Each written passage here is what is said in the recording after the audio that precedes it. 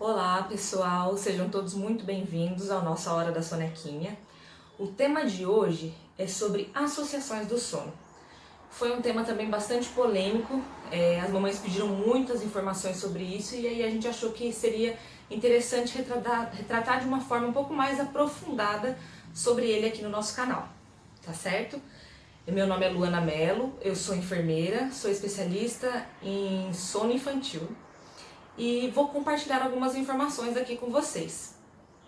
Quando vocês tiverem dúvidas, comentem lá no nosso canal, deixem perguntas, que nós vamos responder todas as perguntas que vocês tiverem, todas as dúvidas. É um momento de troca mesmo, né, pra gente compartilhar informações, tirar dúvidas, ajudar outras mães, né, esse é um momento de apoio também. Então espero vocês lá nos comentários também, tá certo? Marquem mamães que precisam dessas informações também, né? Vamos dividir isso com outras mães que estão passando pelas mesmas situações que nós, ajudando umas às outras, né? Torna a nossa maternidade muito mais tranquila. Então vamos começar falando sobre as associações de sono. O que são associações, né? A maioria dos distúrbios de sono, eles podem ocorrer tanto em adultos como em crianças, né? E o que vai diferir mesmo são as formas, né, as apresentações que eles acontecem. E o que seriam as associações de sono? Todo mundo tem uma associação de sono, né? Nós adultos temos, as crianças têm, nós temos associações para tudo, né? Não só para dormir.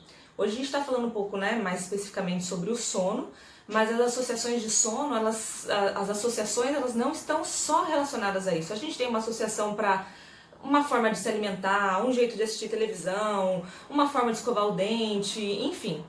São hábitos que nós criamos mesmo, né? E quando nós falamos sobre associações de sono, às vezes vocês vão notar que quando a gente vai dormir, por exemplo, eu sempre gosto de usar uma coberta para dormir, né? Seja um lençol, um cobertor, enfim, eu não gosto de dormir sem nada, parece que eu tenho essa necessidade para eu conseguir induzir o meu sono. Tem pessoas que têm um travesseiro específico, que quando vai viajar tem que levar o travesseiro, se não leva o travesseiro acaba não tendo uma boa noite de sono. Então, são vários tipos de associações e as crianças, da mesma forma, acabam desenvolvendo também essas associações para o sono. E por que a gente separa em associações positivas e associações negativas? Vamos pensar assim, associações positivas são associações que nos ajudam mesmo a relaxar naquele momento de dormir e que favorecem o nosso sono.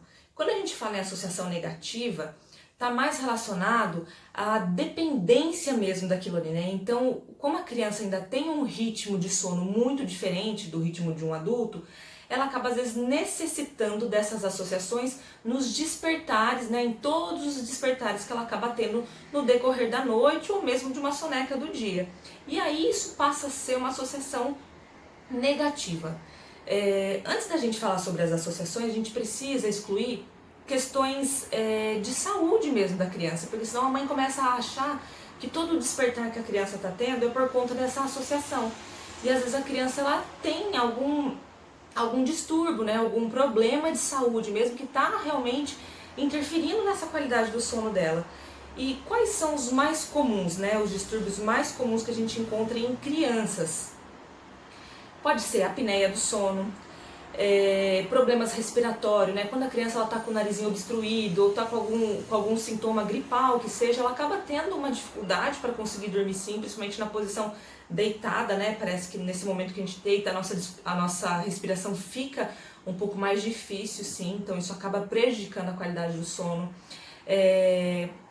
Tem crianças que têm insônia, refluxo, cólicas, processos de dentição.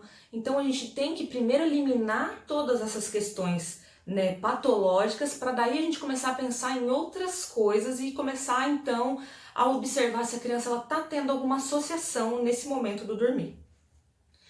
O que é importante também ressaltar sobre as associações de sono? Muita gente fala que a criança tem que ficar sem nenhuma associação de sono. Eu faço essa pergunta para vocês. O que vocês acham? Vocês acham que realmente a gente precisa excluir todas as associações de sono que a criança tem para ela conseguir ter uma boa qualidade de sono? Ou será que a gente pode observar o que está realmente impactando diretamente no sono dessa criança? Como eu falei aqui no início, né, todo mundo tem uma associação de sono. Então seria injusto se a gente fosse tão rígido assim com a criança, sendo que nós mesmos adultos temos, né, hábitos, formas de dormir, né? Então não precisa, tá, pessoal? Eu fiz a pergunta e eu já estou aqui respondendo para vocês. Não é necessário excluir todas as associações de sono da criança. Às vezes a criança faz trocas de associações também, né?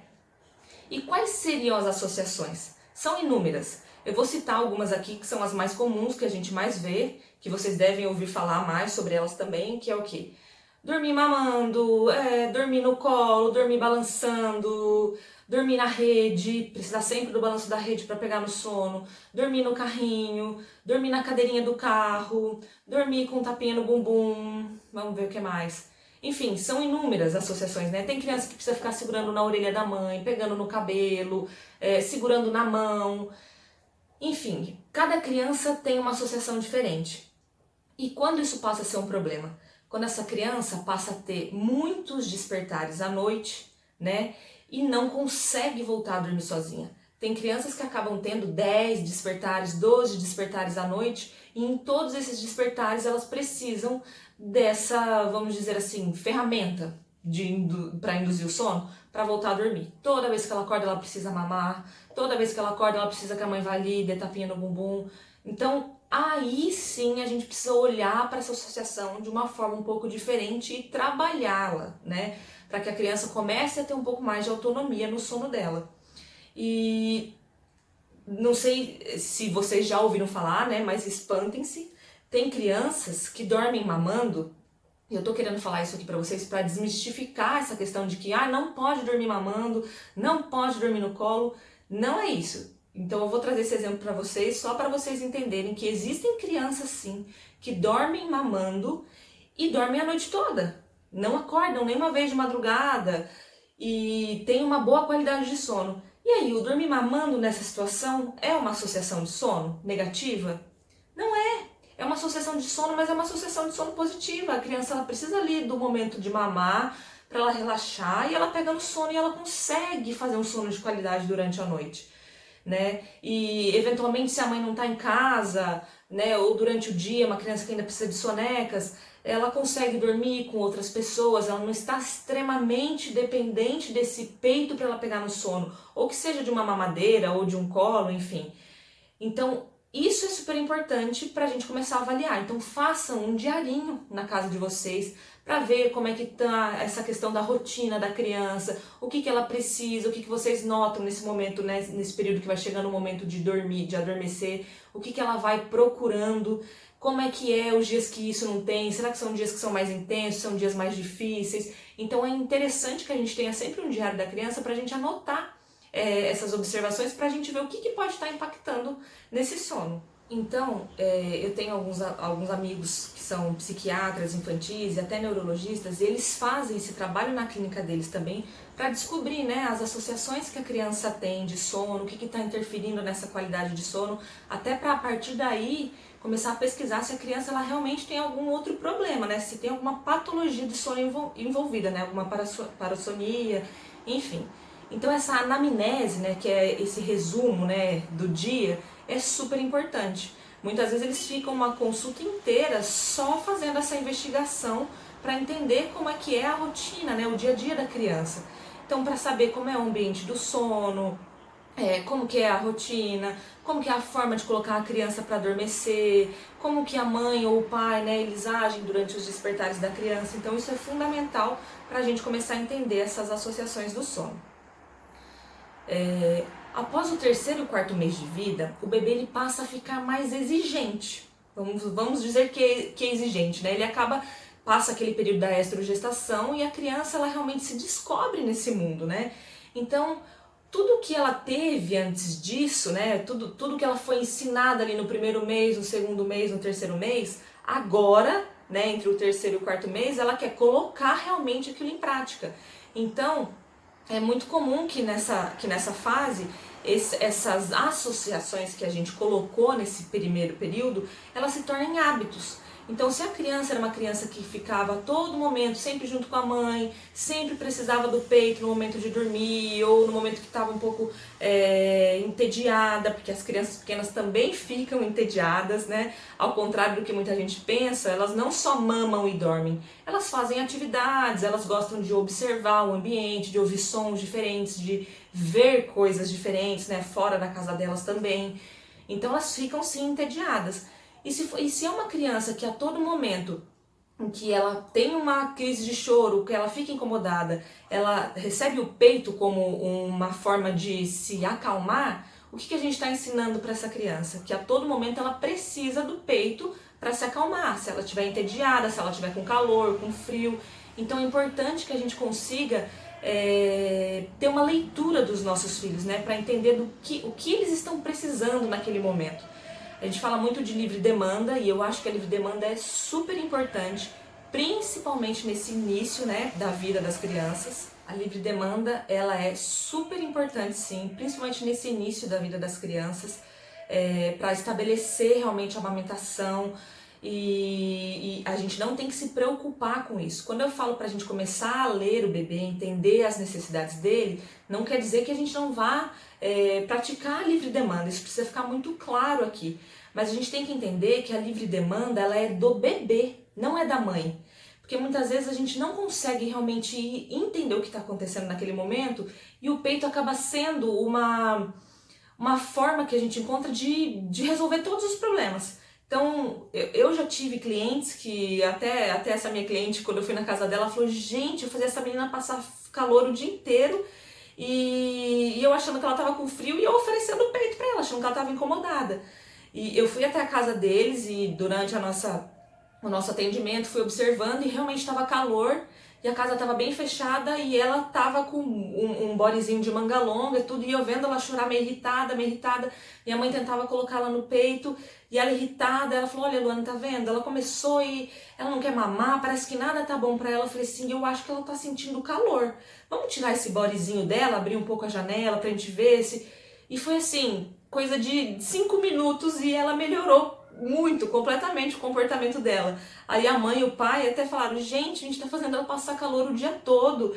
Eles falaram assim, eu tô até me sentindo mal, porque é uma coisa tão simples e a gente não conseguiu observar. Porque a gente fica tão focado naquela questão de que a gente precisa alimentar, em que a criança tá com fome ou ela tá com sono, que a gente fica tentando fazer ela dormir ou tentando dar mamar pra ela e não consegue olhar o entorno e ver que às vezes tem outras coisas que incomodam o bebê também, né? Pode ser cólica, pode ser frio, pode ser calor, pode ser o tédio, pode ser alguma dorzinha, às vezes foi um dia que tomou vacina e nesse dia realmente tá um pouquinho mais enjoadinho e precisa de mais colo, de mais atenção, e a gente tem que dar, né? A gente tem que atender as necessidades da criança de uma forma geral.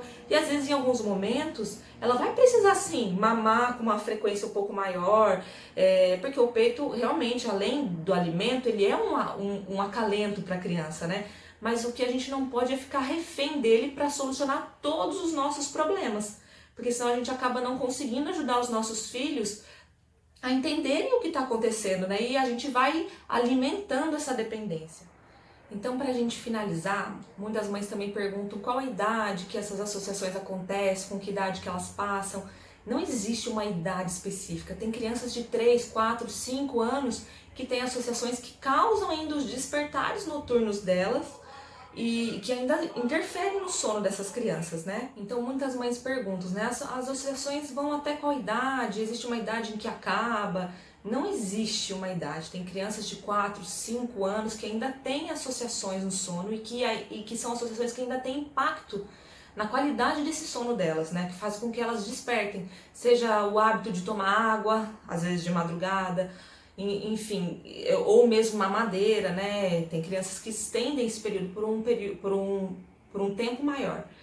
Então, o que é importante falar, né? As associações, na maioria das vezes, somos nós mesmos, cuidadores, que acabamos apresentando para as crianças. E a boa notícia disso é que do mesmo jeito que a gente ensina a criança a dormir daquela forma, a gente consegue sim ensinar as crianças a dormirem de outras formas. Então você, mãe, pai, é super capaz de trocar sim essas associações se elas estiverem interferindo no sono do filho de vocês. porque fomos nós que ensinamos aquilo ali para eles. Então a gente consegue ensinar de outras formas também, mas é importante ressaltar, né, aquela questão de sempre, que é a paciência, principalmente, eu acho que em primeiro lugar, é a paciência e a persistência para a gente conseguir mostrar esses outros caminhos para a criança. Lembrando que a associação ela tem que ser trocada sim, se estiver tendo impacto direto na noite dessa criança. E dentro dessas associações entram várias outras coisas. Entra a questão da chupeta, que pode ser uma coisa boa, que pode ser uma coisa que ajuda essa criança a dormir, né, a relaxar, entender o momento do sono, mas que pode sim estar tendo um impacto também no sono da criança. A criança que acorda diversas vezes na madrugada porque a chupeta cai da boca e a mãe ou o pai precisa ir lá para reposicionar a chupeta, isso também acaba sendo uma associação, né? Então isso aí acaba não sendo interessante o uso dessa chupeta, ele acaba não sendo positivo, né? Acaba sendo um uso negativo. Agora tem associações que são positivas, né? O uso da naninha, eu particularmente gosto muito da naninha, acho que é um objeto de apego fantástico, assim, que traz segurança, traz reconhecimento, traz pertencimento para a criança. Então eu gosto bastante do uso da naninha, né? Lembrando da naninha ser um objeto seguro também, dependendo da idade do bebê. Vou falar um pouco mais especificamente sobre isso, porque é um assunto importante também, né? De seguir as orientações de segurança para o uso da naninha, mas é um objeto que ajuda muito, porque traz essa tranquilidade para a criança, né? Ela se sente acolhida, ela se sente protegida ali, vamos dizer, nesse momento. O ambiente do sono, como já foi reforçado em outros vídeos aqui, também é importante. A criança se sentir segura dentro do local onde ela dorme, né? Seja no quartinho dela, no bercinho dela, na caminha. Ela tem que se sentir bem ali, né? Ter momentos de prazer, se sentir segura, acolhida naquele ambiente. Então, tudo isso tem um impacto direto no sono dessas crianças, tá certo? Então hoje o que eu tinha para compartilhar com vocês era isso. Queria deixar um pouco mais claro essa questão sobre as associações que assombra muito as mães, que ficam morrendo de medo, às vezes desde o dia que sai da maternidade já não quer fazer o bebê dormir no colo, não quer deixar dormir no peito, porque fica com medo da criança ficar dependente daquilo ali. E não é exatamente dessa forma que acontece. É o que eu falei para vocês, quando a gente repete diversas vezes, é claro que a criança vai começar a assimilar aquilo ali. Mas um recém-nascido, principalmente, é muito difícil que esse bebê não durma enquanto ele está mamando no peito, né? É muito difícil. Pouquíssimas crianças não adormecem, porque eles ainda são muito pequenininhos, eles se cansam fácil, então não se preocupem com isso nesse momento, né? Ou conforme os dias vão passando, né, a criança vai amadurecendo, depois do primeiro mês, que ela consegue passar alguns períodos maiores acordada, aí é o momento da gente começar a trabalhar um pouco isso daí, tirar um pouquinho do colo, terminou de mamar, põe pra rotar ou dá pra avó segurar um pouquinho e depois coloca no bercinho pra dormir. Se em algum momento estiver difícil e precisar ficar no colo, não tem problema nenhum, né? O ideal é que isso não seja necessário em todos os momentos em que a criança for dormir. Em algum momento a gente coloca ela para dormir ali no carrinho, em algum momento a gente consegue colocar ela para dormir no bercinho dela. Então o legal é diversificar, para que a criança não fique apegada a uma única forma de adormecer, tá certo? Então um grande beijo para vocês, obrigada por estarem aqui conosco hoje e até a próxima. Tchau, tchau!